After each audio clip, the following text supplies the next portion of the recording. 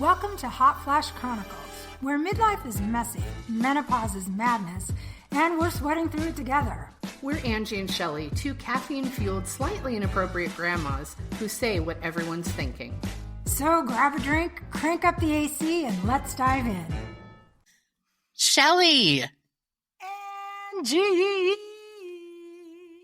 I don't hate getting serenaded too.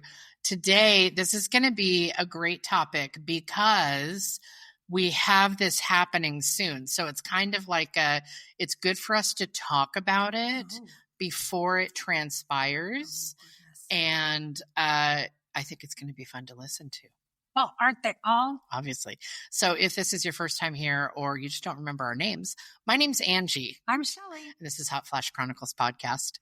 Today, what are we talking about, Shell? Okay, it's that kind of famous American Thelma and Louise girls road trip theme. We're talking about girls going on vacation. Yeah. Girls trip, girls night, girls just hanging out with your girls, why it's important, tips for how to navigate it properly, what are the potential pitfalls, all of these things. Do you need bail money? I hope not. Well, it's all those things. It's all those like things. the whole spectrum of everything wonderful and maybe sometimes scary about those kinds of friendships.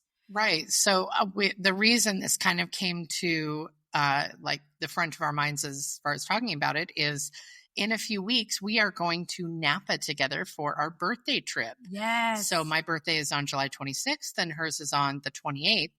I'm turning 52. She's turning 60. So we decided to take a little trip to Napa.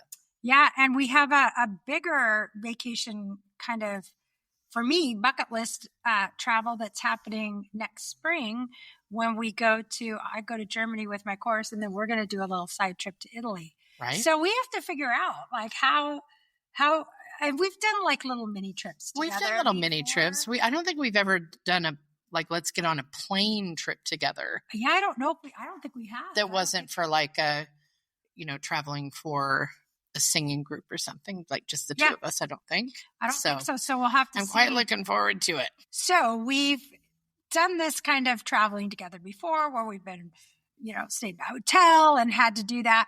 But I know that I get along with you just fine. Sure. But there's been other times with people where I've traveled with them and there were, surprises or things you weren't quite expecting, right. Or you had to maybe work through some things to make it a pleasant experience. Right. It's just because you're friends with someone doesn't mean that you can necessarily travel well with them. Exactly. Some people are very specific. So have you had things where you're like, oof, I need to make sure that this never happens again?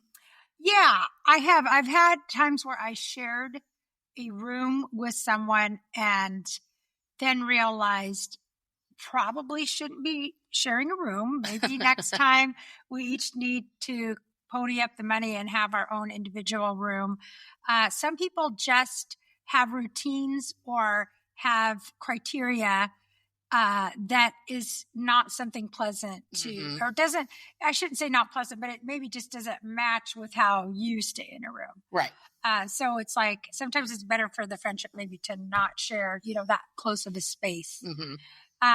But you and I won't have that problem, but girls, okay, so there's this myth about. First of all, why do we feel like we need to have these girls trips or girls nights? Yeah, there's a lot of lore to these getaway girls trips. Like, oh, we're going to have a girls night out, and it's a girls only vacation, and we're going to do this. And I think there's this myth that these girls are going to go off, not girls gone wild, but you're going to have this freedom, this time with your besties or with girls that is just untethered, and you can go do whatever you want. Right. You can get into little adventures. You can maybe just do the things you want to do that, like it's the girls club, no boys allowed. And we think there's something exciting about getting to go away and just do whatever we want. Well, and I think that some of it probably originally stemmed from women are traditionally the homemakers and the ones that are making sure that, little Jimmy makes it to soccer practice and that the roast beef was bought while it was on sale and stuff. And I have a sneaking suspicion that the origin story of girls' nights and girls' trips is women just needed a little bit of a break from their day-to-day task list and to-do list, and just to have some freedom to not have to make sure that everybody is being taken care of. I remember back in the 70s, my mom, she would have friends come over like at lunchtime. These were all the stay-at-home moms. And they would come over and have like a lunch date, like on, during the summer, it would be on a midday when all the men were off at work. And these were all the housewives of, wherever we lived, Grays Harbor. And I remember what they were doing was, we're going to meet and play cards and have this. They were drinking wine. That's what they were doing. They were drinking wine at 11 a.m. and they were drinking wine until about 4. I say good for them. Not as good for my mom, who was an alcoholic. But the fair. Sorry, I forgot about that part. But it's just that it was escaping and having these moments where you weren't just a wife and you weren't just a mom, where you could hang with your friends and have a glass of wine and relax and escape. I think there was a little element of, today I can just be me. I'm not a mom. I'm not a wife. I'm just, you don't have a title, friends. Yeah, or responsibility for other people's well-being. And I think that's valid. Like, totally. I think we all need that. And then I think this, girls' night out. What do girls do on a girls' night out? Like, I think that varies depending on who the girls are. And what age group they're in. And I remember when I was younger, a girls' night out is way different. Yeah, it was definitely more rambunctious and risque and shall we say, inappropriate than it would be now. Now it's like, do you know what sounds great? Let's go get some petties and a bottle of Cab Sav, and let's hang out in the sun, maybe some water. Can we go do that right now? That sounds amazing. We could. Can we get a nap in there somewhere? We're recording the podcast. So we just took a trip to Lincoln City, Oregon a couple weeks ago. Shelly was on a trip with her daughter's family, and I was able to crash it partway through and hang out. So one of the things that I know when you're traveling with girls, like these are, we want to do like some tips and tricks and things to avoid. If you're going in a car, make sure that, you don't need all of the, full bottle of shampoo. Like, I always find that when I travel with other girls, it's like we each brought a huge thing of hairspray, whereas we could have just gotten one. So kind of consolidate everything. Women, I'm speaking of myself here, tend to overpack.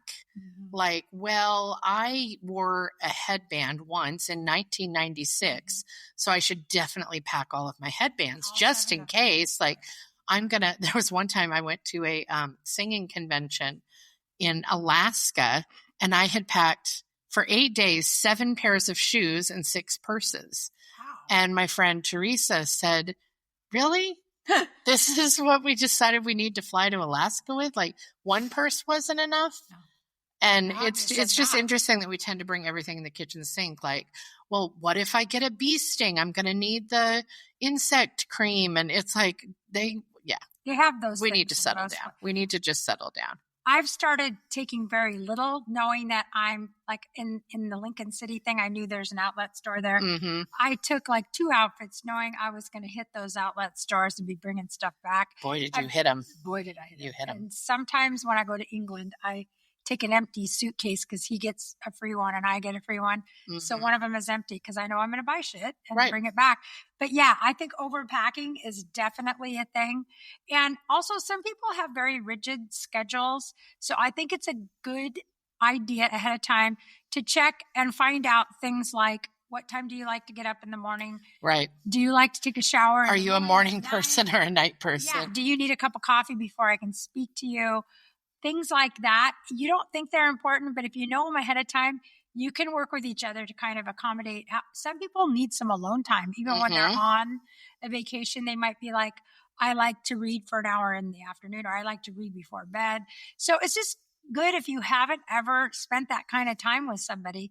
You might think you know them really well, but if you've never actually stayed an extended amount of time, you might want to ask. And there's some hygiene things too. Like, I remember rooming with one of my friends a couple years ago for photography, and she walks in the room. She goes, "Can we just acknowledge everybody poops, everybody farts? We're going to make noises and smells that exist with all human beings. So let's not try to I have to run to the lobby because I have to, let's just acknowledge that that's just a human function." It was like, oh, good point.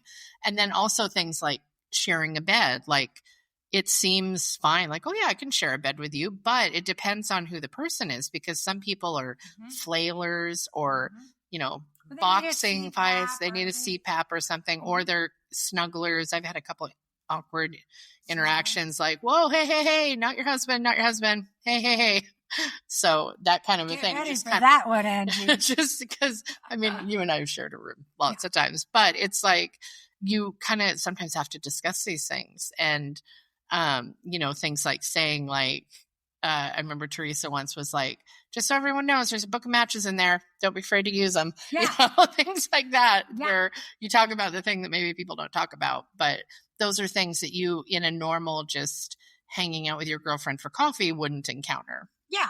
And I think I really like this idea of when you go like a Thelma and Louise road trip. Like that one ended badly. We don't want to have. Yeah, let's not use that as our inspiration. We don't want to have that as our inspo, but we do want to acknowledge that there's bonding that occurs on trips. There can be, and I think that is part of the folklore or the mystery or the whatever the reputation of a girl's trip is that you're going to bond, you're going to have this experience. And I think that is very valid and something that's important for women to do, especially if you're, I don't know if you're a young mom or if you're an empty nester or if you've never had kids, but it's just your female relationships are important and valid to you. I think trips like this can be really bonding and you create memories. These are important things that everything in life is about creating a moment, creating a memory. And when you take time and effort and spend money, you want to make the best memories you can. So as we always promote here, lots of good communication, like Angie's been describing, can help make that a successful trip. And also recognizing that it's important to make time for your female friends. Totally. And to nurture those relationships. Well, I know that Shelly, she's my best friend, obviously, but one of the things I love so much about her is that she will recognize when I need either to just kind of download what's going on in my head, or if I need her to hold space, or if I just need to be silly. Like, she's really good at reading me as a friend and also letting me know if she needs for me to hold space for her. And I think that we, because we're very direct with each other, is probably why we've never had any sort of tiff or anything, is because we feel comfortable saying, I need this right now, or like, hey, it looks like you're going through this, and we don't ever judge each other, and we don't put expectations on each other that are unreasonable. I think being uncomfortable in friendships, sometimes the biggest gift you can have is being comfortable with saying the uncomfortable thing. Right.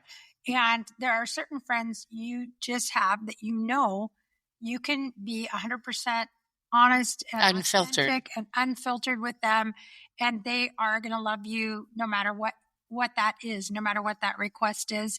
And those are very important people to have in your life, because there's so many people who we don't really get the opportunity to have that kind of honesty and directness with, for lots of reasons. There's reasons why we can't be that way with everybody. Right, for sure. So having people that you can be that way with, it's so important. And I feel like for women, a lot of times that is other women like that, that those are your women friends who you can have that kind of open, direct. I think women a lot of times get each other and can understand the struggles and how hard it is sometimes to be completely honest. So that's why nurturing like these girls' nights out, or these vacations, or these getaways, they're more than just fun. It's like a mental health break sometimes, I think, more so than a fun trip.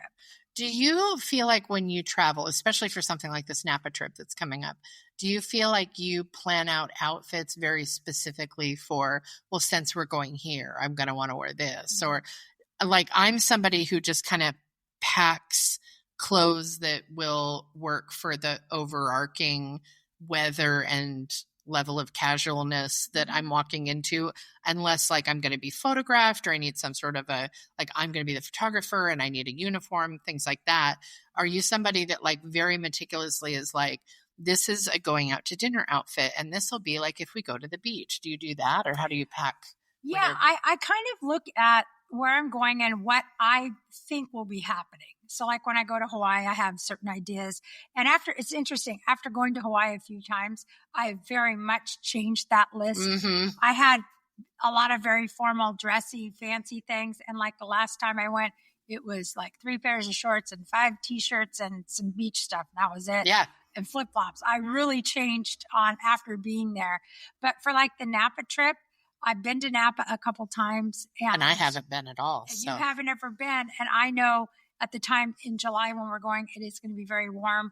And I know we're going to be going to wineries. And based on what I saw other people wear and do, I am a Leo in the sense that I like to kind of dress up for the vibe. Yeah. So I have some very you're fancier than I am. You're more like you always have like everything, you're accessorized, you have earrings on, your makeup's always done, your hair's always done. Yeah. Whereas I'm more like, I just rolled out of bed and like, where are we going today? Like, I don't have a fashion sense per se, mostly because I can't wear makeup. So here's something interesting that I've figured out. If you're not wearing makeup, it doesn't make sense to do like your hair really fancy and dress up, because people will look at you and not know what's wrong, but it's like something's not quite right here. So it's kind of almost forced my hand to be a really casual person, because if I was sitting here dressed up right now, my hair was all done and I had like super cute little, like how Shelly is right now, a little necklace and a little shrug and a cute little tank, then it's like something's missing and you can't quite put your finger on it. So I think it's kind of forced my hand to be a little more casual. Yeah. And I think, I feel like the whole thing about that is, if you feel comfortable being dressed up or if you feel comfortable being casual, that's really what people get from you. Confidence doesn't have to do with your makeup and hair and what you're dressed like. It has to do with how you feel about yourself. Right. I can dress really casual too. I have times when I want to feel, I have tons of hoodies. I'm a definite hoodie girl. Same. And I'll do that. But I always kind of, there's this Leo part of me, the preening, primping Leo part of me. I always take pride in having my hair and makeup done. It's a part of my routine in me feeling awake and ready to face the day. It's putting on your war paint, as they used to say. I don't know if it's cool to say that anymore. That might not be appropriate. Probably not. That. Let's not call it that. Not. Rescind that. I'm being aware that that's probably not right. But they used to say, getting prepared basically to face your day. So I do that as part of my wake up and get ready for the day routine. It's not just, I want to look good. It's more like, here's how I show myself that I'm going to go for my day. So, and since we're doing the podcast twice a week, we're going to pre-record so that we're not recording an entire podcast from Napa, but we will be doing like social media posts and going live and things like that. So we're going to have to pack some equipment for that. This will be the first trip in a while that I don't think I'm bringing my camera, which is weird. It's like an extension of me. So, but since I'm not doing any photo shoots, it doesn't make sense to bring a fancy camera or whatnot. Yeah. It's like, you don't want to use your space on that. And I think that the thing that's nice about when you plan a vacation with somebody is, like, this is the first time we're talking about a lot of this stuff. I was like, well, maybe we could discuss it on the pod since we have to discuss it anyway. Yeah. So we might as well just we're multitasking. Look at that. But it's like, that is important. Like, have that discussion. What kind of things do we think we'll be doing? What do you want to do? What's important to both of you? Everybody's voice is equally. Let's plan the excursions based on what's interesting. I know that I want to get into San Francisco one day and get on the Fisherman's Wharf so we can get a crab sandwich. Heck yeah. Yeah. And Bodines for your sourdough. It's pretty rare that I'm like, this is a must-do thing. I'm very go with the flow. Like, yeah, that sounds cool. Like, that's chill. But I know there are people that like to have like things really planned out. And at 8:00, we have reservations here. I'm not that person, but if somebody wants to be that person, I can submit to that and go along for the ride. But if you're looking to me like, did you book the dinner cruise and make sure that you did an add-on for the creme brulee dessert? No, I'm not that friend. No, I'm more like, you just tell me where to show up. You just tell me where to show up and I'll be there. I'll make sure the creme brulee. But I'm also agreeable. Like, but I'll also tell you that doesn't sound super exciting. Yeah. Like, I don't know that I want to spend one of my vacation days. I feel like I'm more about, I have ideas of the things I think I want to check off, but definitely not, it has to be a very flexible itinerary because I always want to be open to something else might come up that we might want to do. So I kind of put an idea of like, I want to do an olive oil tasting. I know we're going to go do some wine tasting. I want to try to get to the redwoods so you can see the redwoods. Right. I want to maybe hit a little bit of San Francisco. And that's really as far as I've gone because I know when we get there, we'll talk to people and I know people are going to tell us ahead of time, oh, you got to go do this. You got to check this out. You got to do that. So I like to be open. I like for the wind to carry me to where I'm supposed to land for the day. The other thing to keep in mind when you're doing a girls' night or a girls' trip or anything like that is different people have different budgets. So it's like I might have, $3,000 to blow on these 4 days and Shelly has 10 grand, like it's, or oh my God, I'm wish. joking. Those are obviously, those are not the numbers, but it's like and especially if you get more than 2 people, then it's like, okay, what are we thinking? Because somebody might not want to say, I don't really have it in my budget to go to 3 really nice dinners. Like Shelly and I are both pretty good at weighing out, like, are you cool with doing this? Are you good with that? Yeah, I can do that, but I can't do this thing then. Yeah. So.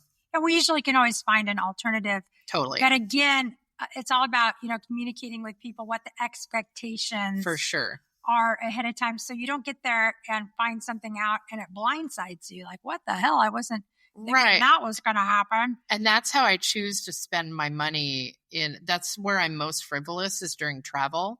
Because if I'm going to be somewhere, like if we're in San Francisco and there's a line for the Bodine's sourdough, it's going to be important to me that like, I don't care how much that sourdough costs. Like if you want to do the thing and you can do the thing, you should do it.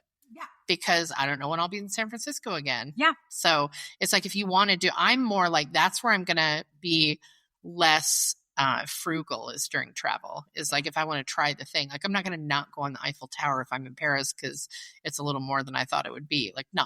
Yeah. These are like life experiences and that's what you're paying for is a memory again. And that's why like these female road trips or girls' night out, again, you're making an important memory and you're bonding with your friends. So sometimes you find after you do one of these trips that might be all the bonding you need to do with that person. I have found that like a one and done. Yeah. I found that on a few trips, like with people I thought, oh, maybe not long term. Like Angie and I have known each other for over a decade. Sometimes I liked somebody and thought they were really cool. And maybe we were 6, 7, 8 months into a friendship. Right. We did something and I went and things happened or transpired that made me realize, oh, this is probably not someone I will be doing this kind of trip with again. Right. And that's okay. Sometimes that's how you find out. But if you can avoid that, the best way you can avoid that is by doing all this stuff ahead of time. But I had a couple experiences where I found out like people had substance abuse issues that I was not aware of. And some crazy stuff ensued that I really didn't want to be a part of. And, it's like, oh, I didn't think to ask that. Why would you think like, hey, do I need to ask? Yeah, right. Are you going to be doing this? No, yeah, probably exactly. Not. So talking about the, like saying yes to things, it reminds me of that trip that we took to Baltimore. So we took a trip to Baltimore with our quartet that we were in at the time. And the treble clef of our quartet was staying in Baltimore to watch the singing competition that was happening. And Shelly and I decided that for one of the days, we're going to take the train from Baltimore into Washington, D.C., much to the chagrin of the Treble Clef. Yeah. So we decided, and we just like take the train to D.C. And I'd never been there. I think you had been. I had been like a year before, and you had a bucket list that you wanted to see the White House and some of the monuments. Right. So we went there, and it was dumping rain. Oh and my gosh. We had my Nikon camera. That was before I started as a photographer, and we're just dumping rain at like the Jefferson Memorial. And then we decided, like, what if we took the train into New York City? And I was like, first of all, the Treble Clef is going to be fit to be tied if we do that. If we send them a selfie from Times Square, they were already not super comfortable that we had just kicked off and like gone to a different state when we're supposed to be. Now, we do want to say that day was the one free day we had to do any and we weren't competing. We were there as spectators. So it was like we were there too. Anyway, so we looked at it, and the train tickets were like $200. And it was like, oh, it's kind of a lot just to go like for a selfie in Times Square. But that is one of the, like, I could count on 3 fingers the regrets I have in life. That's one of them that we didn't go to New York that day. Yeah. And that's why I'm like, if you want to do the thing, and you should just do it. We don't like, that was our shot. I've still never been to New York. And this was 14 years ago? Yeah. 13 years? I don't know how long ago it was. But we had amazing, memorable day. It still shows up in my Facebook memories. Totally. Hashtag no regrets. That's how we spent our time. Hashtag no regrets. We got caught in the rain. Yeah. It was amazing and fun. It was so good. And, sometimes you do a spontaneous thing and it's a lifetime memory. So, so I believe in having those kinds of moments and being open and not being in a rigid schedule where you can't allow something like that to happen. Right. So it's like I can literally count on just a few fingers the regrets I have in life, but it's like, man, I wish we would have gone to New York that day. You know what? New York is gonna happen. It's gonna happen. Obviously. It is absolutely gonna happen. We have to figure it out. So what are you most looking forward to, A, on the destination that we're going to, and B, for things that we will like share as friends? Okay. I think I'm really excited that you're going to be seeing it for the first time, because I don't know if any of you listeners have ever been to Napa area, but I really think in the United States, it is one of the most beautiful places that I've ever seen. It's so relaxing. The vibe is so chill, and just sitting out and looking at fields of grapes and drinking wine and just talking with your friend and enjoying good food and conversation. To me, at the point where I'm at in my life, I really value experiences like that. It sounds relaxing. It sounds like a little bit of an escape from, daily life and all these things we're talking about. Right. So I'm excited you're going to get to see it, because just visually it's stunning. And then I think we're just going to have so much fun, because we always do. Right. So I'm excited that we're going to be creating this new chapter in our travels. Right. Yeah. It's like, it's a different page of the scrapbook. And isn't it fun when you're the one who has done something and you get to share it with somebody that you care about? I think it's really cool. It's like, oh my gosh, you've never done this. Or like, you've never tried this kind of sandwich. We should get that. And I think it's really fun to be the one that introduces something to someone that is important to you, and just like kind of sitting in the reaction, and there's like the anticipation. Are they going to like it too? And I think that's a really fun, I enjoy sitting in that seat and like watching people experience something that's important to me. So you'll get to do it when we go to Italy, because you've been to several times. Yeah. Well, and that's like, we were trying to think of something fun to do for our birthday, because we knew like our husbands are very nice men, but they're not going to plan like a big birthday party, even though it's my 60th. Mine did for my 50th. He did a surprise party, and but you're on and off. You're not on a big decade turner. I am. And my husband, Phil, the nice Britishman, he's just not going to do something like that. And also, I'm not I want a ton of people in the room, right, yelling and screaming happy birthday. That's not really what I like. So we decided we would do a little destination thing. And this time of year in July, Napa was one of the things I just thought, oh my God, let's do Napa. And I didn't even know Angie hadn't been. Yeah. But as soon as she said she had, I'm like, oh, well, done. that's what we have to do. So my last birthday, I was flying I had come home from Lake Chelan that day. And then the next morning I flew to Bilbao, Spain to go on the Bordeaux river cruise with Ignite You Travel, because I did some video work for them on that cruise. And so it's kind of ironic that I, again, on my birthday, will be traveling to something that is revolved around wine. Yes. Isn't that fun? Maybe with friends. Maybe we're starting a trend. Maybe it's a trend. And that's not a bad trend. Yeah. But I think we're going to have a blast, and we're going to be getting input from you. You listening, you could, if you've been to Napa or Sonoma, if you've been to that area and you have recommendations, we'd love for you to drop recommendations and tell us maybe what your favorite part is or what we can't miss seeing. I know there's hot springs, there's mud baths, things like that. There's a lot of spa stuff. Right. So we'd love to hear from that. Or if you're on our social media, we've been asking people who listen to us on the different platforms for input, and our subscribers to our TikTok, we've been asking for input from them. So we're definitely open to hearing, suggestions. Right. And what a great segue. Also, our subscribers on TikTok are going to get some subscriber only content while we're in Napa that is not to be missed. We'll just put it that way. So I think it's been a really fun topic, as per usual. And what we've been doing lately in our podcast wrap up, before we do the rapid fire questions, which we are hearing is like everybody's favorite, we're doing shout outs to new subscribers on the Tiki Takis, and then a few shout outs to some randoms. So since Friday's episode 2 days ago, we have CJ and we have Gam Camp. So welcome into the subscriber club. And then a couple randos. We have Michelle's Bling Boutique. We have Yam. We have Kelly Jane.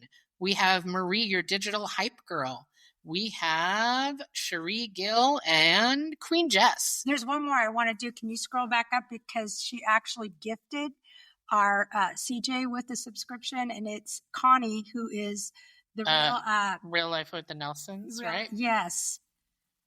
Real Life with the Nelsons. Yep, so we got to give a big shout out to her. Yeah. We have a lot of kind people who are gifting other people with subscriptions. So yeah, totally. They're all awesome. So thank you for subscribing. We're at 91, which is totally wild to us. That's crazy.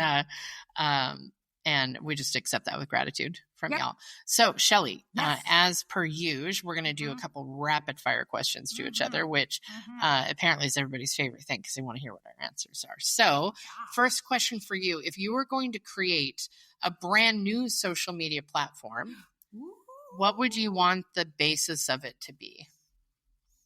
I would want a platform where people could feel very comfortable in using their real first name, not their last name. You never have to disclose that. And maybe feeling comfortable enough to have honest conversations where they would not be judged and there would be zero troll tolerance. Love that. What would you name it? Safe Space. Safe Space. Oh, I know you were just finishing that sentence, but that's the name. Yeah. Safe Space. Yeah. Because I think people need those. Totally. Yeah. Okay. Your turn. My turn. Okay. I'm going to go to, since we're going to Napa, I'm going to go a little bit down that road and say, is your ideal day something like taking a food and wine tour, or is it more like having a spa day where you relax and somebody pampers you? I would say the wine tour. Yeah, I'm like, pampering is nice, but I'm allergic to a lot of the stuff that they use. So yeah, that's right. I have to be real careful with that. Massage sometimes can trigger my autoimmune stuff. So I'm not really a spa girl. Like, I'll go along, but pretty much my spa thing is getting my nails done. That's about. So I would say definitely the food and wine tour. Perfect. Okay, Shelly, do you prefer? Okay, we're going to talk frostings. Ooh. Oh, so let's say you're eating a cupcake. Yeah. It could be any kind of cupcake. Ooh. Would you rather have, I'm going to give you a few options here. Okay. Do we want like a double chocolate, like a fudgy chocolate, like dark? Or do we want a traditional vanilla? strawberry frosting, or cream cheese. Ooh, dang. I know. Sophie's choice. I feel like I'm really attracted to the citrusy thing. So I'm thinking like you didn't name it, but I'm going to throw it out there, a lemon buttercream. Lemon buttercream. Yeah, That doesn't sound terrible. I like the buttercream and something with that little hint of either like orange or citrus. Yeah. I'm a big fan of that. Okay, love that. Oh, God, now I want a cupcake. I mean, we can make that happen. We can make that happen. That's right. Okay, so Angie. Yes. If you had any opportunity, let's go back to Napa again. You're an artist, but you're not a photographer. Oh. If you could sell wares at like a farmer's market in a beautiful place like Napa, what would be your product? Sourdough bread. Nice. Okay. Yeah, like some bread and maybe some specialty oils. See, I automatically thought for myself pottery. Even though I can't make pottery, I would learn how. And I can see myself like at that wheel throwing stuff. Well, I'm thinking in Napa, like I would want maybe some snackies to go with it. And I'm a pretty good baker, so. Yeah, breadsticks for sure. That's cool. it. Those are good.